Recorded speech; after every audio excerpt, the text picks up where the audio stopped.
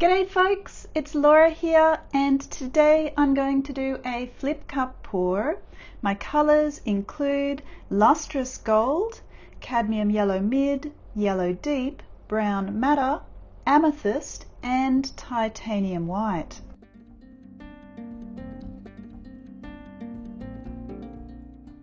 Now I'm going to use a fair amount of these yellow colours so that they're not swamped out by the darker two colours. I'm going to use very little of the brown madder because it is such a dark colour, but I might use a fair amount of the amethyst because it's not such a dark purple.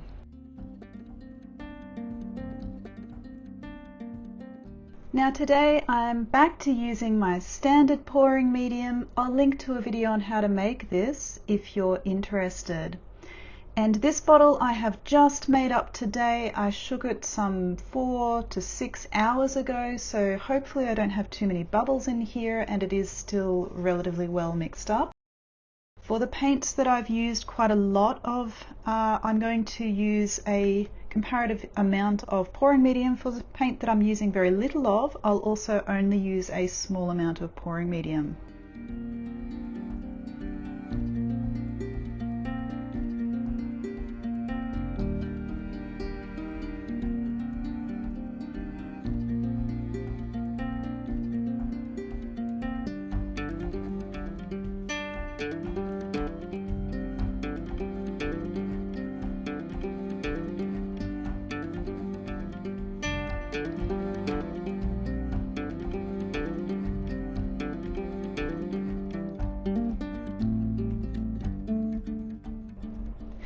It's time to layer the cup now, and for this process I'm going to use my standard cell activator. I'll link to a video on how to make this if you're interested. So I'm going to start maybe with the amethyst actually. Now it's important to note that the amethyst, being a purple, is actually complementary to the yellow colours, and so it's not advisable to actually put them right next to each other. I can use the kind of red, the brown madder colour in between, but I don't have a huge amount of that, so I'm going to have to be a little bit sparing and use some white to isolate those two complement colours instead. Now just coming in with some of the cell activator.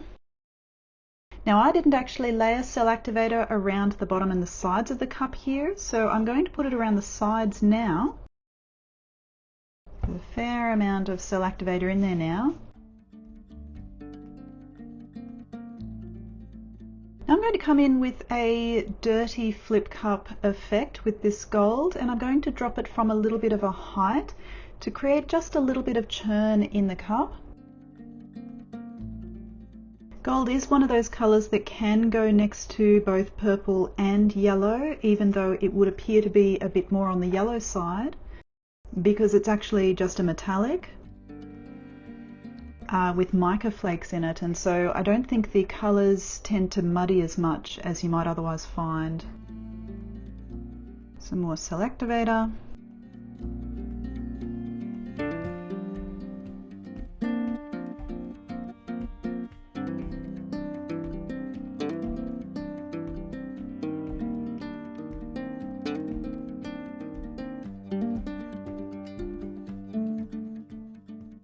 So I've already prepared my canvas. This is the back of the canvas. I've added painter's tape as well as giant push pins. So it's time to flip the cup now.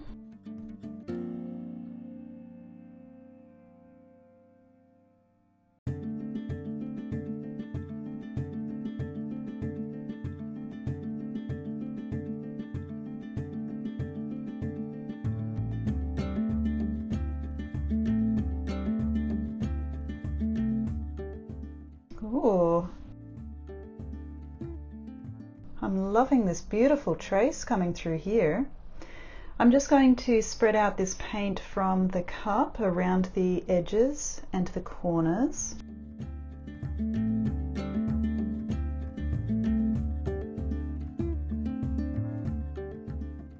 What beautiful colours.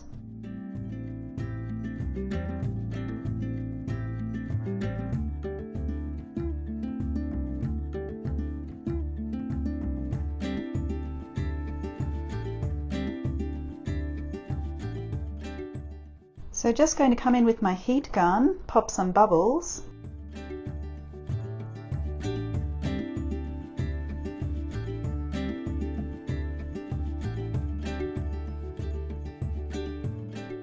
Wow, I'm loving some of this. So we do have a very soft kind of veil of the gold here, which does look possibly a little bit muddy where it's mixed with the amethyst color. We've got some beautiful lacing coming up through here, some interesting lacing down here. I like the large cells that are coming up with this lacing down here, and of course this beautiful stripe through the center. Now I think the paint is relatively well centered. I don't want to lose too much of that beautiful lacing, so I'll just expand that again.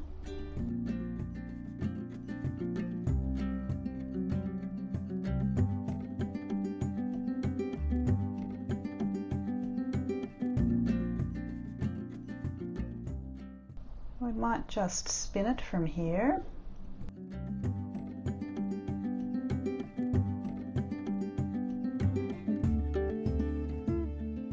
Okay, I didn't run that for very long because I didn't really want to lose all of this red, the brown matter off that side. I'm going to see if I can pull it back just a little bit.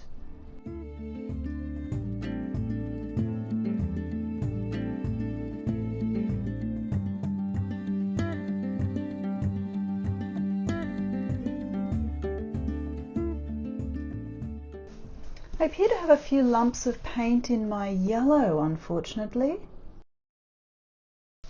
I could see them when I was actually pouring it into the cup, but at that point it was a little bit late to do anything about it. So I'll have to be a bit careful with that yellow colour. It seems to have dried in the tube, unfortunately.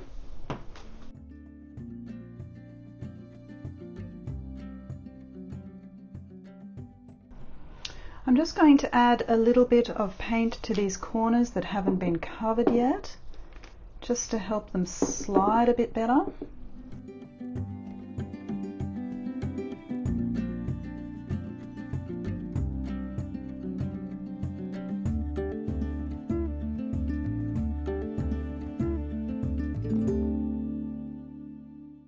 Okay, now this corner down here is the one that I need to get closest to, so I'm just going to slightly off-center my canvas, and then we'll spin it again.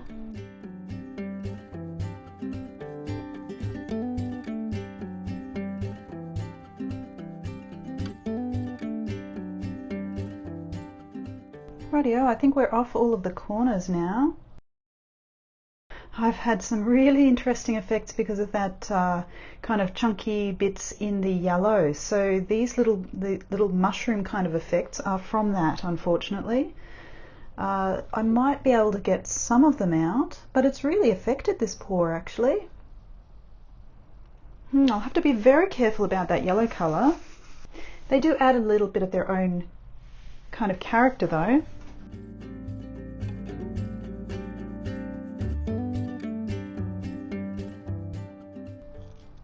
Maybe I shouldn't get rid of them.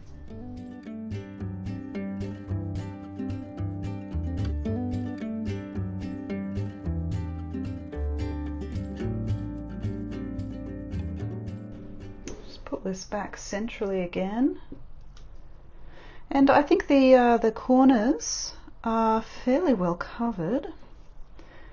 I might just touch them up a tiny bit.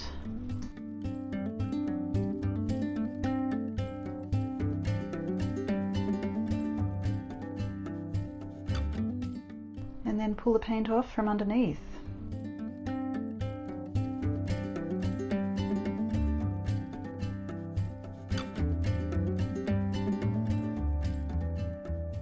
So on the whole, I'm quite liking this piece. It's got some beautiful bright colors coming through. It's got some more subtle kind of transition zones. It's got this beautiful stripe through the center. And then it has these kind of odd, unexpected little mushrooms caused by the paint irregularity. But to be honest, I'm not all that unhappy with that effect because it almost looks like bubbles coming up from a surface down here, which I think is actually quite interesting.